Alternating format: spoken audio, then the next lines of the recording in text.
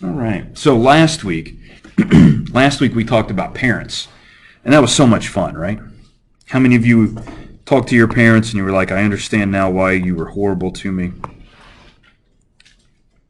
Anybody? Nobody. So last week we talked about parents. This week we want to sort of extend that concept. You know, we're going to talk about parents some today, but we really want to think about other kin, right? Other relatives. Okay. We want to go back and revisit this idea of inclusive fitness, right? Keep in mind, it's not just the offspring that you have directly, but it's offspring that your genetic relatives have, right? So the idea is not, I need to have kids. The idea is, how can I increase the amount of genetic material that's identical to mine going into the next generation, right? And you can do this in a few ways. You can do this by obviously having your own offspring, but you can also do this by helping the offspring and reproductive success of genetic relatives, right? Because how much DNA do you share with yourself? That's 100%, right? How much DNA do you share with either of your parents?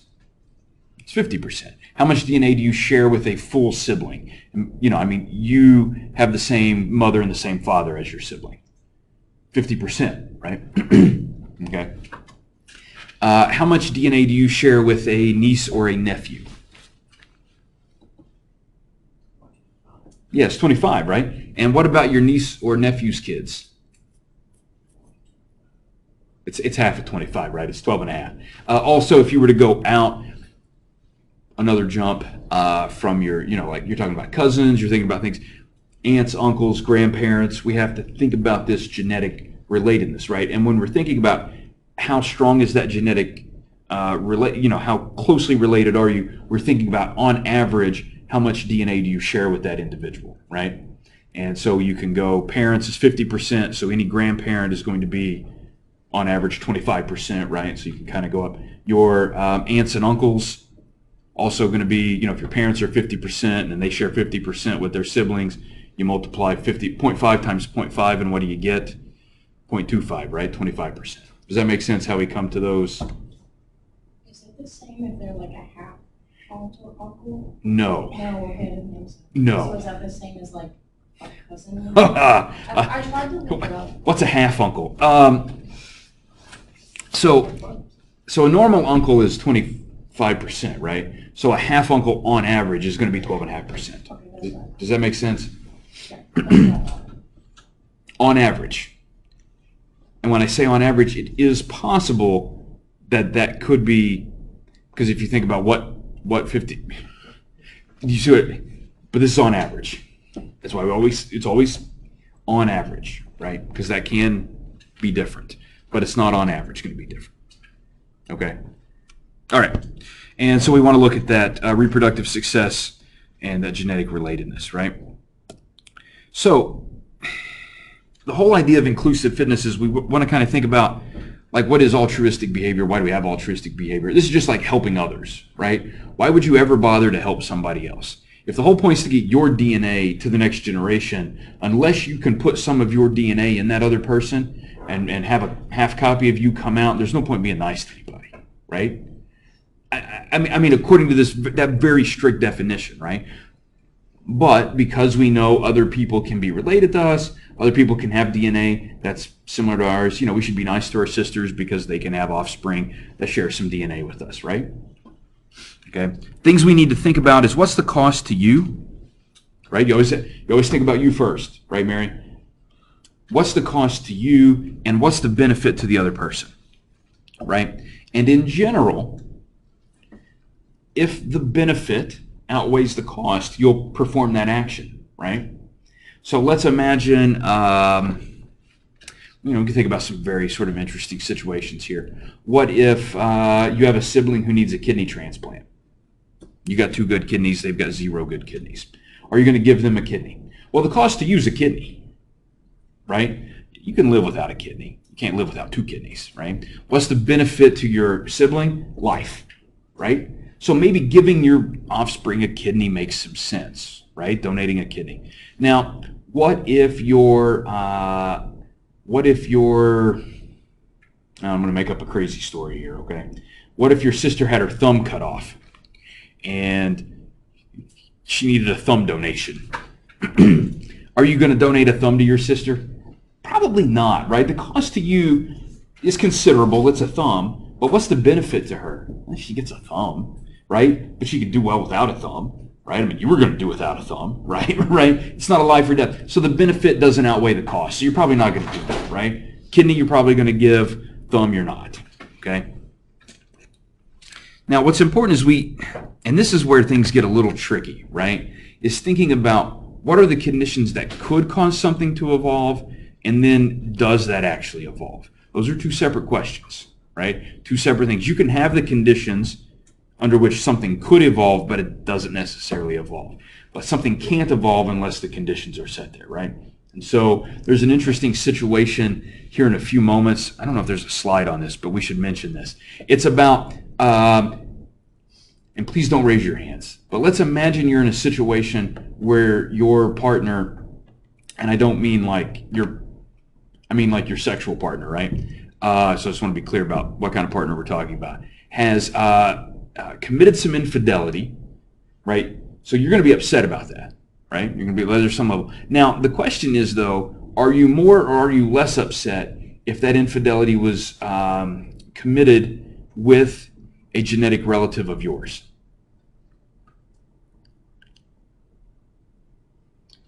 You would predict, based on just what I've told you so far, that you would actually be less upset about that, right?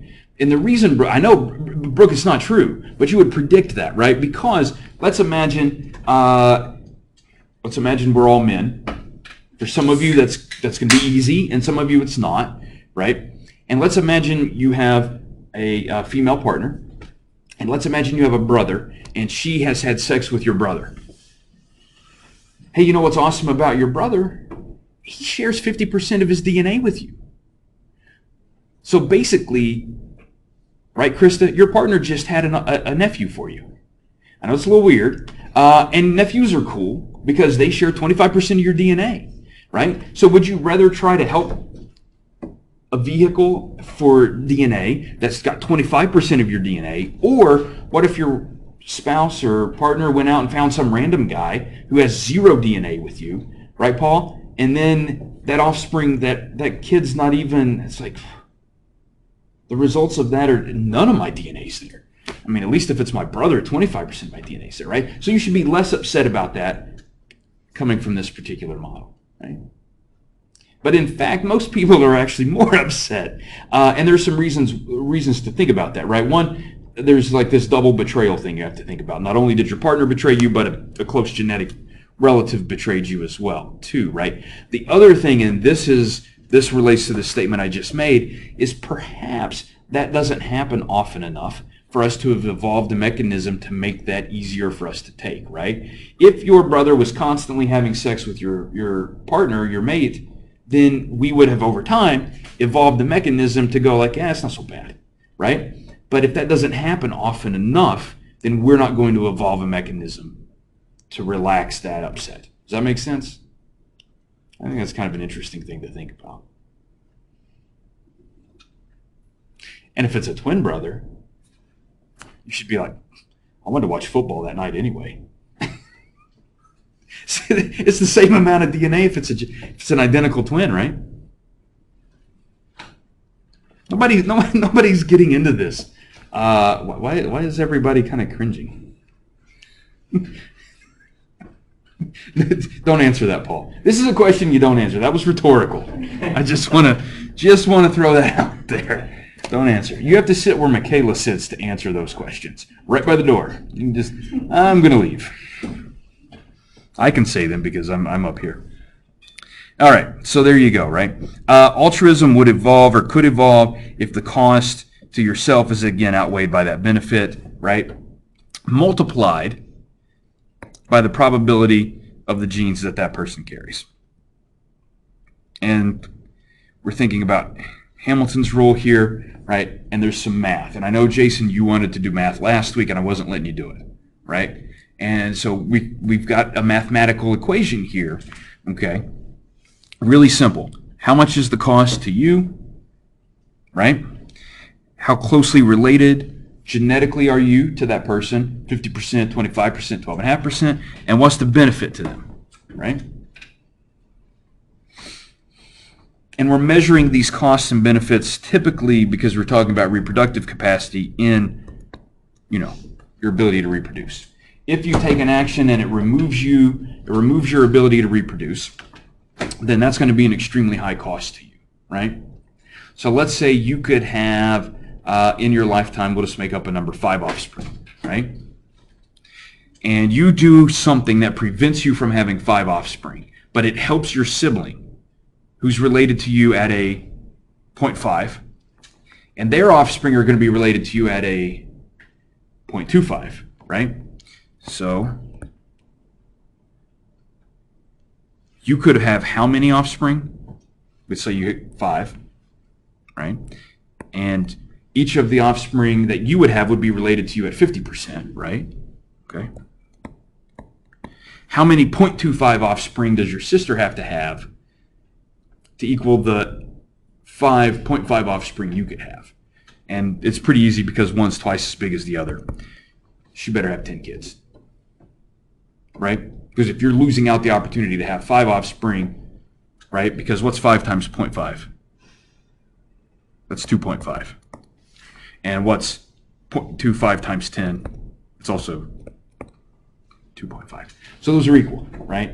And in fact, she might want to have just a little bit more because, to make that action. Because if it's even, I'm probably not going to do it, right? She better have 6 kids. Or 11 kids. Sorry, to get you that little bit of extra DNA into that next generation, right? Does that make sense to everybody? Okay. Now, what if you're someone who can't have kids? Well, then whatever you do is a bonus, right? However you help your siblings, right? Does that make sense? So there you go.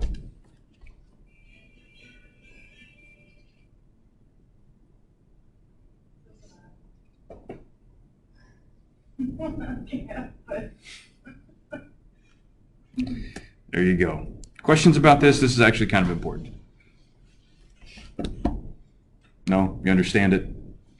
Okay. Now every time your relatives ask you for something, you're going to plug it into this equation, right? And you're going to go, nah, not helping. That's what I would do. All right. Again, basically the idea is selection favors adaptations that help kin in proportion to their genetic relatedness, right?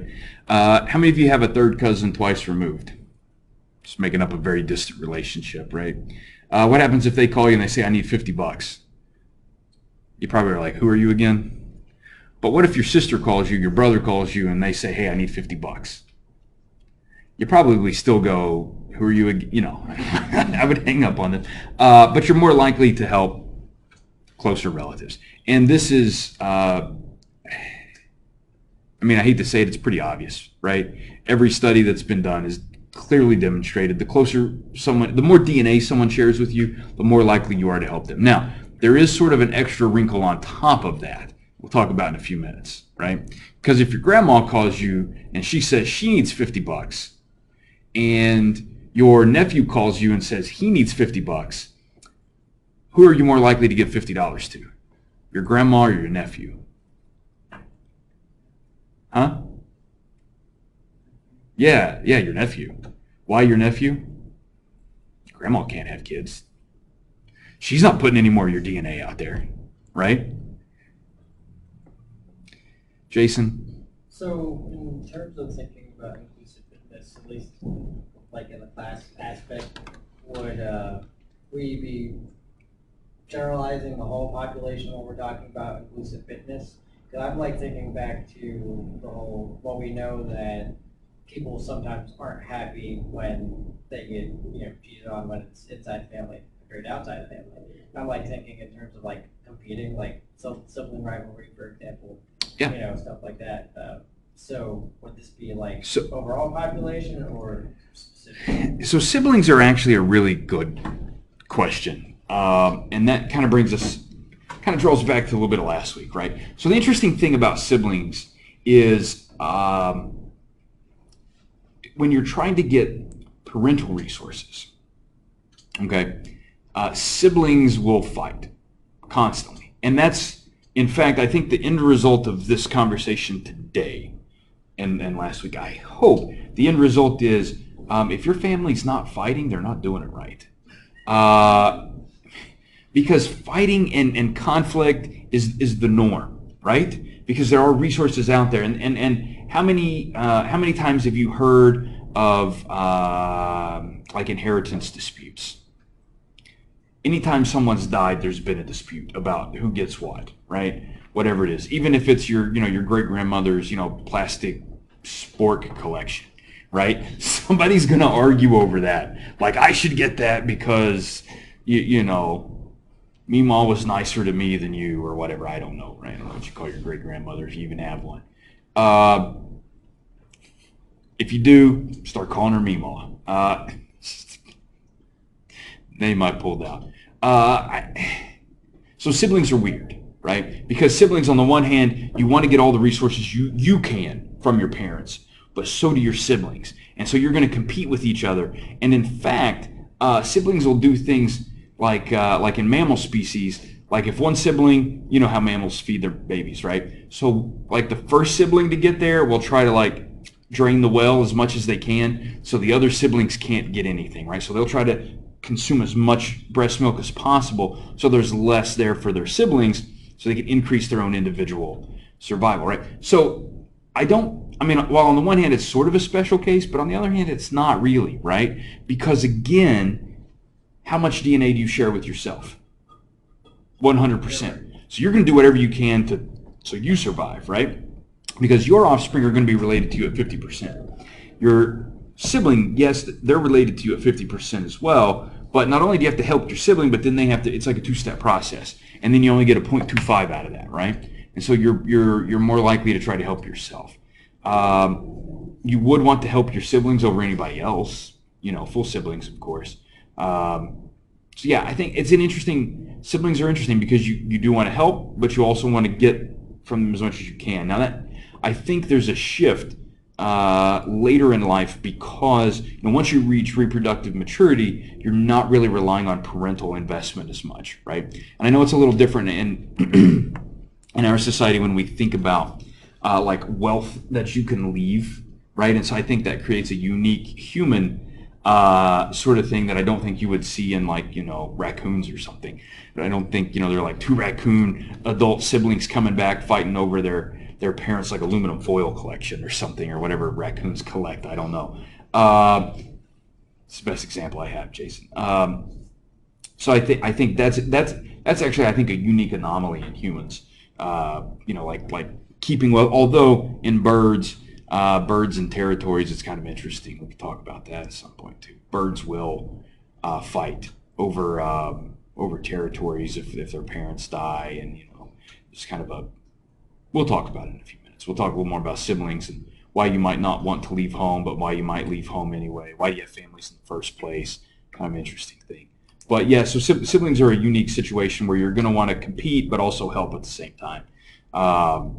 So yeah, I really just asked if you're going to have a twin. So. Oh, really? Yeah. Identical? People say want to say so, but not really. No. Probably pretty close in terms of relatedness. But. Well, yeah, all your siblings are pretty closely related to you, Jason. Well, yeah, I know that. I don't know the percentages though. But yeah, no, I guess I'll just think about it because it's like whether you want to do something or not, it's either going to be a fight. At least in my scenario. Yeah. Like different intentions, even though you could be thinking along the same lines, it's still going to be a fight. So it's just like a term of competition. I don't know. Yeah, I mean, you're probably still at the point where you're competing for parental resources, or at least I would say most people in your age group are. Yeah. Right? Because I'm assuming, and if I'm wrong, I'm probably not wrong on too many counts. Most of you in this class are still relying on some parental resources for your survival, and if you're not, you were very recently, right? because most of you I don't think are too far out of the nest, so to speak, right? There might be a few of you who are, but some of you are still relying on that, and you're probably still relying on, even if it's not like direct resource, like your mom's not feeding you, you know, she's probably, and your father are probably still providing some support of some kind, right? But that could be some emotional support, that could be some knowledge support, right? That could be a variety of things that you, and they may still be giving some financial resources from time to time, right? And you're like, oh, my brother's, why'd they help him buy a new car and not me? You know. Anybody heard that? I mean, I don't know. I hear things when I'm on the street. That seems like something I've heard. I walk around on the street and listen to random people's conversations, Mary, just so I can come in here with examples. So there you go. Who wants to learn about ground squirrels? So what's really interesting about ground squirrels is they will actually create an alarm. They'll yell out like if there's a predator, like, whoa, there's a bird going to eat us, right? So why would you do that? There's sort of three things that you might think might do this. One is this predator confusion hypothesis. I'll tell you that's wrong. So the idea is like, wow, if I start screaming that there's a predator, all these other ground squirrels will run around and the predator won't know who to attack and I'll slip away. That's not what actually happens. In fact, if you're the one who sounds the alarm, you're actually more likely to get attacked than if you're not. So the next one is, well, what about parental investment? And so that's kind of like a, maybe, right? Because female ground squirrels are actually more likely to sound alarms than male ground squirrels. What's interesting about ground squirrels is the males leave and they go somewhere else. And so the females hang around ground squirrels that they're more likely to be related to, siblings and mothers and so forth, right? And so if they were to sound the alarm, they are actually probably, well, that's actually the second point. They're more likely to be taking care of their children. But in fact, it's probably this inclusive fitness business because, again, the ground squirrel structure is such that, social structure is such that the females are staying in their, what we call the natal environment where they're born. And so they're more genetically related to anyone around them than are males. And actually, females are about 21% more likely to sound an alarm than males are. Males are like, I'm just going to slip away here. You guys get eaten. I'm not really related to most of you, so I don't really care. And I'll go find me another, troop of female ground squirrels that I'm not related to see what I can do. Siblings and half-siblings. Who was asking about this? So you're asking about half-uncles. But if you have a half-uncle, somebody's got a half-sibling, right? That's how you get a half-uncle. Or a magic trick gone bad. How many of you love magic? I thought about a psychology of magic course. I know, right? Because, it's like some sensation, some perception stuff going on, some interesting things there. Siblings, there you go. There's some birth order business here, which was kind of interesting. Oldest siblings tend not to want to rock the boat too much, right? Let's just leave things as they are. I'm getting the resources that I need. Middle-born siblings are sort of like, let's shake up the status quo because I'm not getting anything out of this. Who cares if we, shake up the business? And then the siblings who are born at the end, right, if they're born last, then they're kind of like, maybe leaving things as they are is fine too, because there's going to be a time period where the oldest and the youngest are the only offspring getting attention from the parents, right? But those ones in the middle, they've always had some overlap, right? If you were born first, and let's say you've got a sibling 4 years younger than you had a 4-year run there where you were getting everything. And then that second sibling comes along and you're like, everybody's got to split, right? And so then you have a third sibling come along, that first sibling's gone, and the second sibling's there, and the third sibling, but then the second sibling leaves, and the third sibling's like, well, now I'm getting everything, so I'm not going to complain too much, right? How many of you have siblings? Anybody not have siblings? Aren't you lucky? Yeah. The only thing I like about having siblings is it's somebody that I can guilt into taking care of my parents when they're old. And so I'm looking forward to that. Actually, I've already decided who it is. It's my brother. He still lives at home. So he clearly, right? If you get more resources out of the deal, you got to put more back into it. So it's his job. That's what I've decided. I don't think he knows that yet. Maybe I should tell him. All right. Half siblings, each related to you by 0.25 or 25%. So they're less likely to help you out than if you have a full sibling. And in fact, in relation, in families where there are half siblings and full siblings report that they're more emotionally close. They're in contact more often than half siblings. It's not too surprising, right? What is kind of interesting is grandparents, right? Grandparents are kind of cool, and they're kind of interesting in this way that grandparents are related to you by 25%. They should want to invest in you, right? And most grandparents do. There's an extra wrinkle here, though, and that brings us back to what we talked about last week with paternity uncertainty. And so if you were to think about, most people have 4 grandparents, right? That's how they typically come in 4s. Because you get your maternal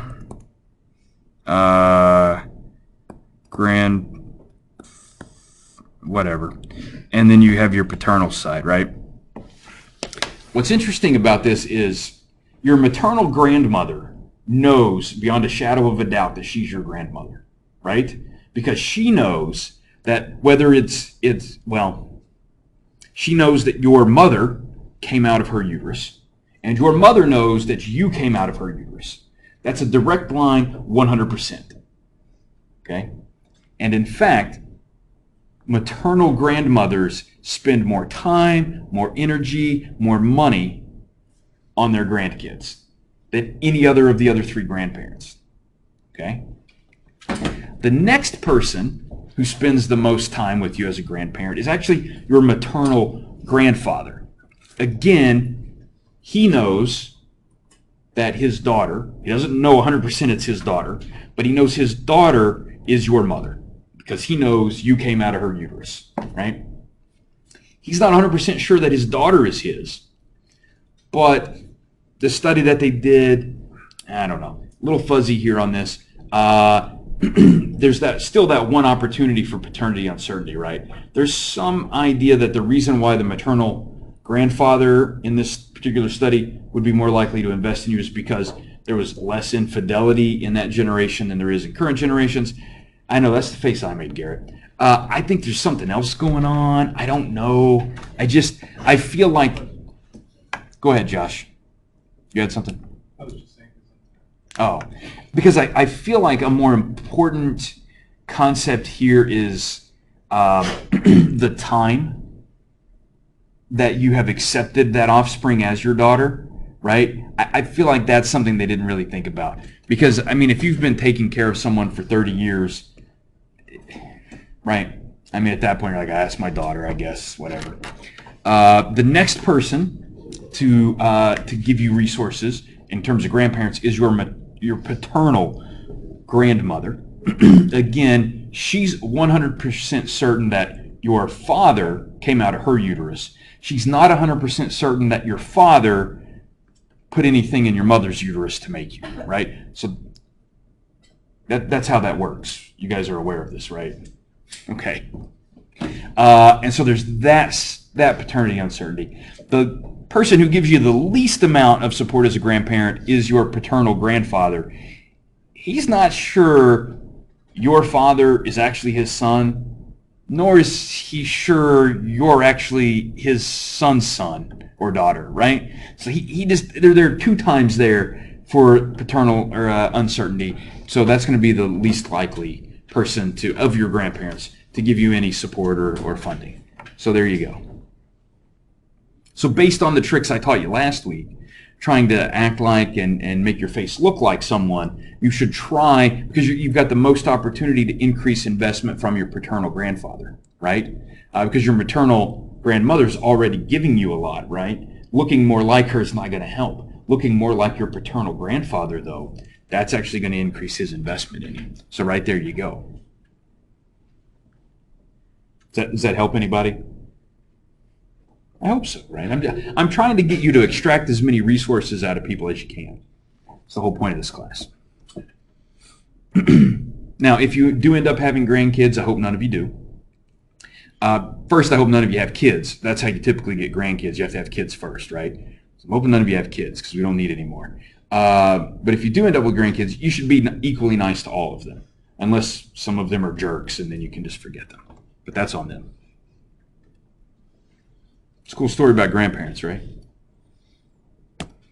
I mean, this is a great time for you to learn this because there's a big holiday coming up where your grandparents might like get you gifts. I don't know. Anybody still get gifts from their grandparents? Yeah, somebody does, right? No. I mean, my grandparents are all dead, so they're not giving me anything. Yeah, that's how it's going to Yeah, it happens, right? Yeah. So, Michaela, you're the only one. Aren't you lucky?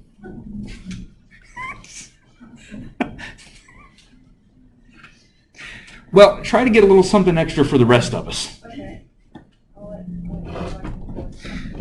Or just go up to random old people and tell them, hey, we look alike, right? They're going to remember.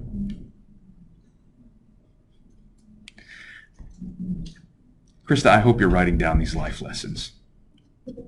The book's coming. It's going to be great. Yeah. Okay, so what are some universal things about kinship, though, across all human cultures, right? And there are a few things we want to think about. One of these is it's very egocentric, right? Nobody says, I mean, like, I want you to describe to me, like, tell me how your cousin, I mean, like, if you were to say something like, it's always I'm so-and-so's son or daughter, or, it's never, I mean, I can't even think of a way to describe it that's not egocentric, right? If I'm trying to talk to you about my relatives, if I'm telling you about my cousin, I mean, I'm not telling you, I never would say this, I don't have a cousin named, actually I do have a cousin named Steve. Steve's mother's first cousin's son is me. Right? I know, right? No. If I were trying to tell you who Steve was, I was like, that's my dad's cousin's son. And that's so much easier for you to understand than the other way around, right? So it's very egocentric. And that's true across all cultures. There's a focal individual. You are the focal individual, right, in that situation. There's a distinction among sex. You got aunts, you got uncles, right? So there's that sort of thing. There's generation. This is important. You got grandparents, nieces, nephews, children, right? So you have these different sort of generations. There's genetic relatedness. Again, we're thinking about siblings, out to cousins, right? Kind of interesting.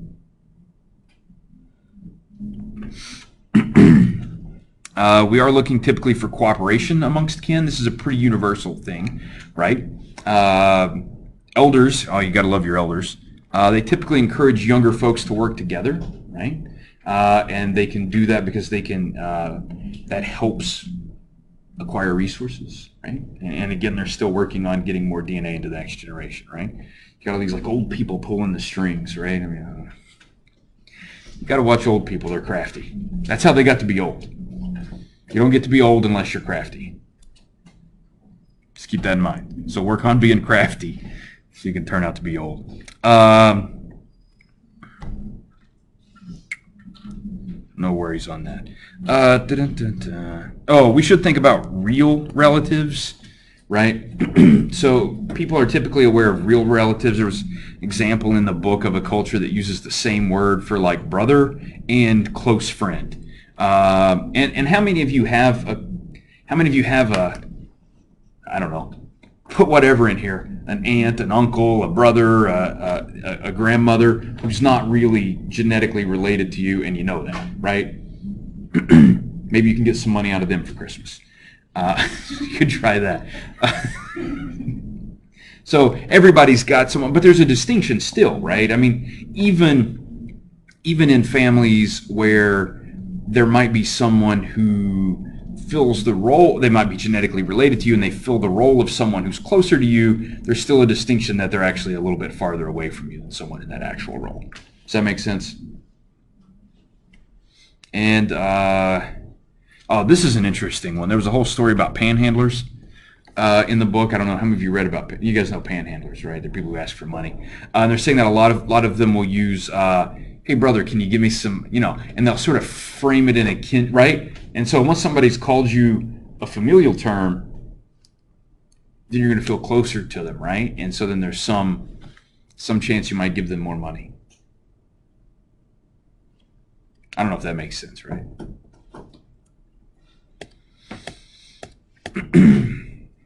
Oh, yeah, this is important. Like, how do you know you're related to people? Well, often someone will tell you, right? But there are sort of a few mechanisms. One of these is exposure, right?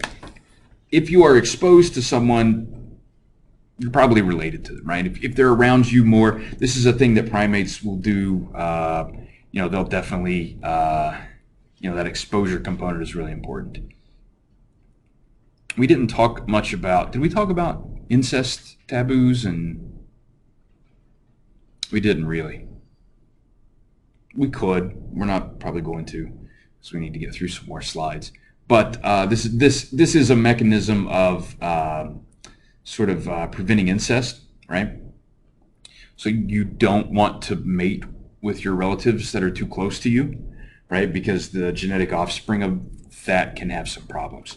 And so that's typically something that you would want to avoid. Most cultures and most individuals have some sort of revulsion at the thought of incest, right? I mean, it just kind of does this to your face, right? What's also interesting is there are some cultures, and this actually happens in India, where they will have arranged marriages and they'll raise the two children together, right, in the same household, even though they're not genetically related. But the idea is that, we'll put these kids together and then they'll, grow up and they'll be happy together because they know each other, right? What's really interesting about this, Miriam, is they actually have fewer offspring than because of this exposure effect, right? Like, I've been around this person my whole life. I know, like, it's not my sister, but at the same time, it's kind of like it's my sister, and I'm probably not going to have as many kids with her.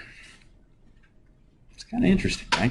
How many of you, how many of you have ever tried to have a relationship with someone that you've been friends with since you were like 6? Didn't really work, did it? Yeah, there's always something there. There's like a little, I don't know. It's not going to work. So don't try it. It's word to the wise. Only have sexual relationships with people you meet after you're 15. I'm just going to make a random cutoff there. I don't know if that's true. Did you write that down? Because that was a good one. Just think about the advice I'm going to give my kids, like theoretically. I don't know. It's fun stuff, right? Try to think about the things my dad told me. He didn't have good bits of wisdom like this. Odor. Yeah, you can actually identify your relatives by their smell. That's actually really cool, right? And you can take, like, if you have a baby, one actually, you can like rub a shirt on it or just let it wear a shirt, and then you can smell that shirt later. You can go like, oh, yeah, my baby wore that shirt, which is really kind of interesting. You can identify relatives by smell. I would not recommend. I mean, I don't know. I'm thinking about like a fun, like a fun party trick, right? A party game where you like blindfold someone, like smell people, see if they can guess who they're related to. Nobody thinks about these things. Smell the relative. Thinking about your studying. I know, right? Yeah. All kinds of smell things. Odor is so fascinating. Odor is really fascinating. At least you're not like tadpoles, and tadpoles, there's like a certain frog species. The tadpoles have to put the other tadpoles in their mouths so they can know if they're related, so they do it by taste.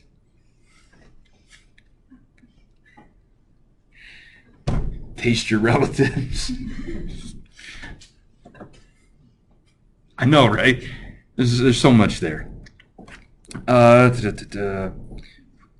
Kin classification, we're not going to worry about that. Life or death situations.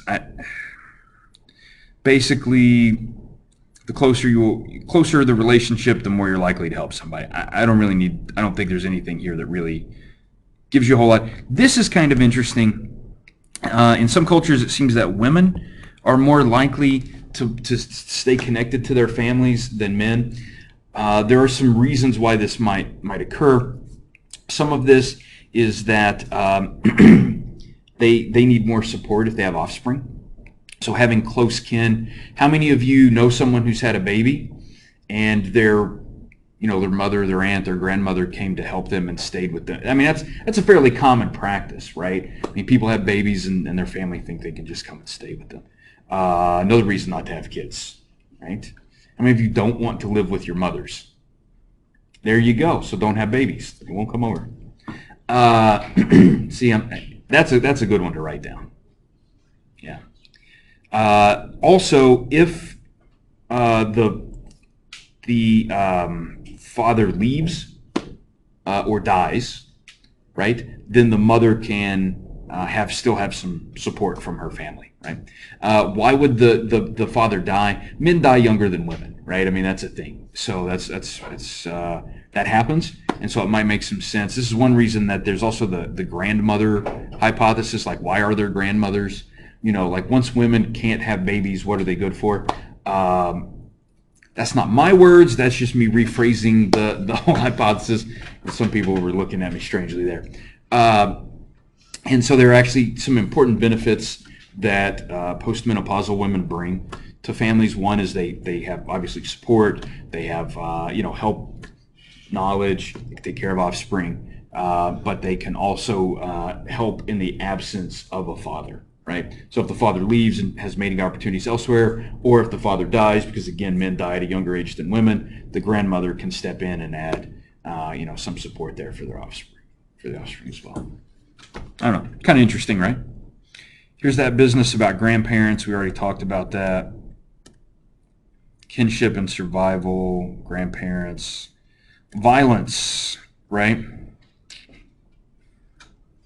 That's vigilance, sorry. But it's sort of related to violence. We'll talk about that maybe at some point. You're more likely to, that third cousin that called you and you're like, whatever. You don't really care who they have sex with. But you might be interested in who your siblings or your offspring are having sex with, right? And it's based on that genetic relatedness, right? You don't want them mixing that good DNA you have with some crummy DNA from somebody else, right? And so you might be more likely to get or provide some unwanted commentary about other people's mate choices if they're more closely related to you, right? And in fact, you would actually be more likely to comment on female kin and their choices than male kin, right? And the reason for that is whoever females choose to mate with, like, there could actually be some physical product, deliverable, pun intended, to come from that experience. And for men, it's like, oh, well, I can just leave. And they're not necessarily tied to that experience for several months. So there you go. That makes some sense, right?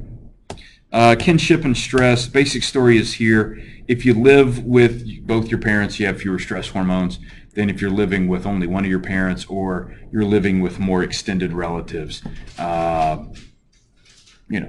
Your parents are less likely to kill you maybe than extended relatives because they're more invested in your DNA. Patterns of inheritance. This is interesting.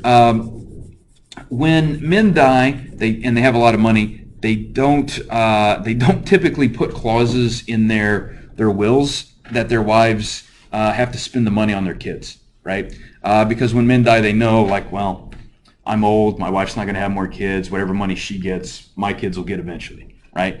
Women, on the other hand, if they have resources when they die, they will often put in their wills, like, my husband's not getting this unless he doesn't get remarried, or the money's not even going to my husband, it's going to go to my kids because I don't trust him to, spend the money. He's going to try to get a 25-year-old to marry him instead of spending it on our kids, and he's going to try to make more kids with that 25-year-old. So that's it's actually really interesting. These things that we would predict, we actually find them in actual behavior, right? So there you go. Krista's writing that down. If you're a rich woman, put clauses in your will, right? Don't give them to your husband. Unless he gets a vasectomy. I don't know. That's an interesting will there, right? I mean, right? Makes sense to me. Also, you leave more money to your offspring than your siblings, even though your genetic relatedness is equal, right? Why would you give more money to your kids than to your brother or sister? Potential to have offspring, right? If you're already getting ready to die and you're old, right? Well, your brother's probably old too. I mean, is he going to have more kids? No, but your kids might, right? They're younger. They can have offspring. So that's an important thing. When you're equally related to someone, like to two people, you're more likely to invest in the one that's more likely to reproduce. Okay? So that's kind of a thing to keep. Yeah, men will leave their money to their wives. They trust their wives. They're responsible. They'll do what they should. Men will spend their money trying to marry a younger woman.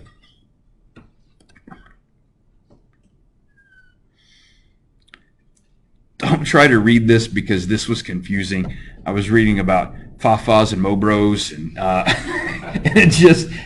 it was just really confusing trying to talk about this.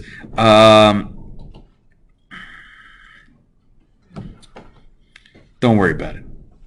This sort of follows. We're thinking about that same pattern of genetic relatedness and paternity certainty, right? If you think about those things, when you're going to help kin, how related are they to you? How certain are you that you're related to them?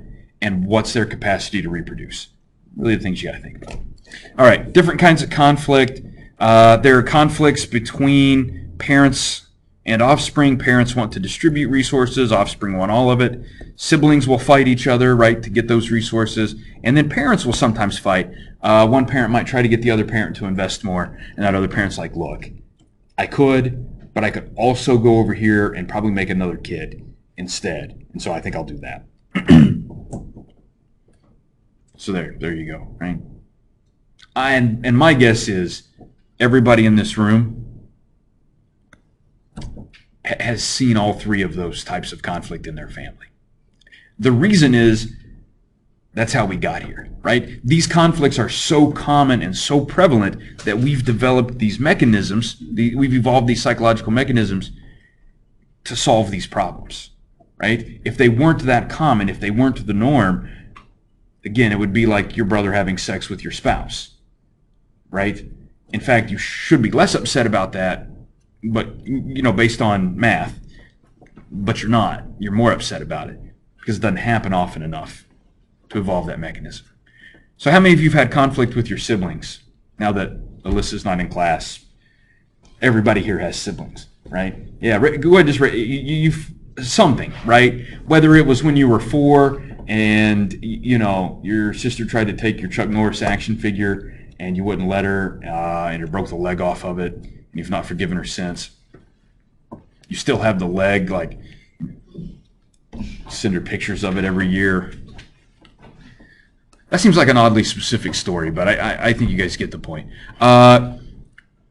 Parent-offspring conflict, again, you've tried to get resources. Parents, your parents have probably, even the best of parents who never have an argument have probably had some point where one of them was like, hey, I think so-and-so should play soccer, and the other one's like, no, he should learn the piano. And there's been some conflict about, how to take it, right? Chris, is that accurate for you? One parent wanted you to be Pele, and the other one wanted you to be Beethoven. Neither of them wanted you. They were like, she has no talents at all. We're not even going to bother. It's okay. No, that's not what it was. There you go. Hey, what's really interesting about families, only 3% of birds and mammals actually make families, right? So why in the world did humans make families? Like, what do families do for you? If 97% of birds and mammals can get by just fine without families, why did families evolve? That's the thing that I think about sometimes, right? Like why? Families are costly, right? You can actually delay reproduction. If you stay with your family longer, right? You're living with your family. And I don't mean like the logistics of reproducing. I mean like you're not starting your own family, right? I'm not talking about like you got to like sneak out the window or something, right, to meet someone. I'm talking about like you're still living at home, right? You don't have that independent space. You still have competition for resources, right? You still like all that's kind of concentrated. So I mean, what does this do, right? Well, there are a couple ideas about what happens. One is there's like some ecological constraints, right? So if you don't have enough resources and you're not going to be able to reproduce, so going out and trying to reproduce is going to be unsuccessful, you might as well stay in the family, right? And try to support that and try to help those folks. That makes sense. What are the other benefits to being in a family? Well, survival, you can acquire skills that then you can take and use later on your own, right? The longer you stay in that family environment, the better prepared you are possibly when you leave out, right? You can inherit or share resources, right? And this actually there are bird dynasties, which is kind of interesting, right? We think about human dynasties, right? Family dynasties. You think about individuals who have inherited a fair amount of wealth from one of their parents or both their parents, and then they've turned that into things. We think about political dynasties, for example, right? If we wanted to look in the United States, there's some easy examples. The Kennedys being a great example of a political dynasty, I think. And I don't mean that no connotation there, simply that there are a number of people who have in that family who have used the resources of others to get the positions they have. The Bush family is another example of a political dynasty. When you have a father and a son who were both presidents, you got a brother who's a governor, right? I mean, I think that's a political dynasty. Go all the way back to John Adams if you want. There's a sort of the original U.S. political dynasty there. But those are some examples, right? Do we get to include the Terminator in the Kennedy political dynasty? Can we? Because I just want to I just want him in there. You guys do know that, right? Paul knows. Yeah, right. Yeah. Sergeant Shriver's daughter. Sergeant Shriver's daughter. That's Maria Shriver. Yeah. So there you go, right? Conflicts. We talked about conflicts. Not a big deal. Any questions? Be nice to your grandparents. Actually, what was really interesting about this is when they asked people about life or death situations, people were more likely to say they would help the younger relative, even if they were equally related, right? So if it's like a grandparent, 0.25, or a nephew, 0.25, right? Or a nephew-niece, doesn't really matter, right? And 0.25 on both. Which one are you more likely to save out of a burning building? Well, your niece or nephew, right? Obviously. What can your grandparents do? They can break a hip. I mean, that's what they can do, right? I'm not making light of old people. There are other things they can offer, but it's that the idea is the reproductive capacity. Do you think they do it for your nephew's job? Like, let's say it's a big, and it's 12.5, 6.25 versus your 0.25 grandmother, but it's a big. I don't know. That's the thing that. Oh, gosh. The farther out you go, you manipulate age. So that equation I gave you. Hold on. I was gonna try to go all the way back to that equation, but this is maybe I should just use this button.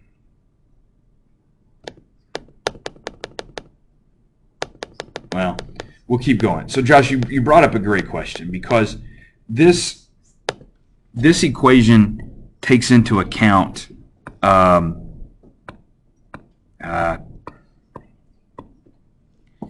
it doesn't really take into account everything, right? It's the cost to you, the genetic relatedness, and the benefit. It is in that benefit, right? So I think that's the thing to calculate in that benefit. According to this, if you are strictly applying this model, you would never save your grandparents. Well, you would rarely save your grandparents. Because because we're measuring this in reproductive currency. What's the reproductive capacity of your grandmother? It's 0. Almost. Because she can provide some support and benefits to others, right? And so it's liver. The question is that sliver times that relatedness more or less than 6.25 times, or 0.625? Do you see what I'm saying? So the math on that gets very, very tricky. The farther you go out and the older the person, you're really creating some interest. I mean, that I don't know. That becomes a tough one, right? Yeah. What was sort of also interesting about, you think, well, we all just hate old people. That's not true. When you were asked to, who would you help with a small task, like a day-to-day errand, cleaning their house, you were actually more likely to help the older person than you were a younger person. Like they did, I think it was a 45-year-old cousin and like a 75-year-old grandmother or 45-year-old sibling or something. Like, who were you more likely to help? And folks consistently picked the older person to help with those small day-to-day tasks. So it was really just the life or death situation. You know, day-to-day tasks don't really have reproductive costs directly. Like if you're dead, you can't reproduce. Okay. So there you go. I don't know, Josh. You should work out that math.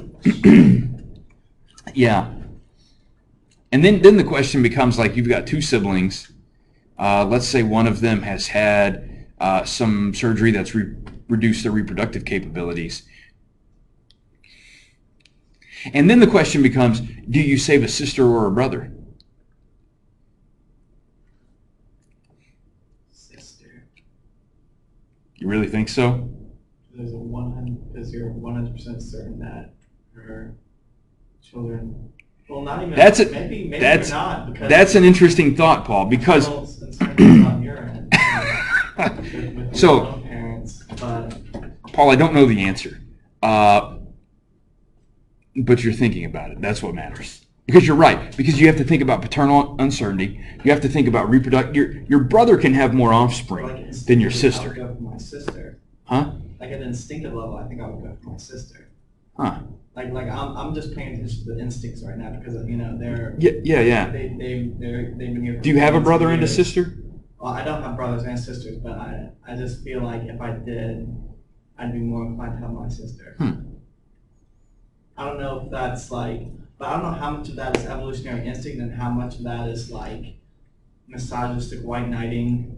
You know, it's hard to tell the difference. It is. No, you've got an important. That's an important point. Yeah. That's actually an important point. I don't know, Paul. Any questions? Great. Because I'm not quite sure any.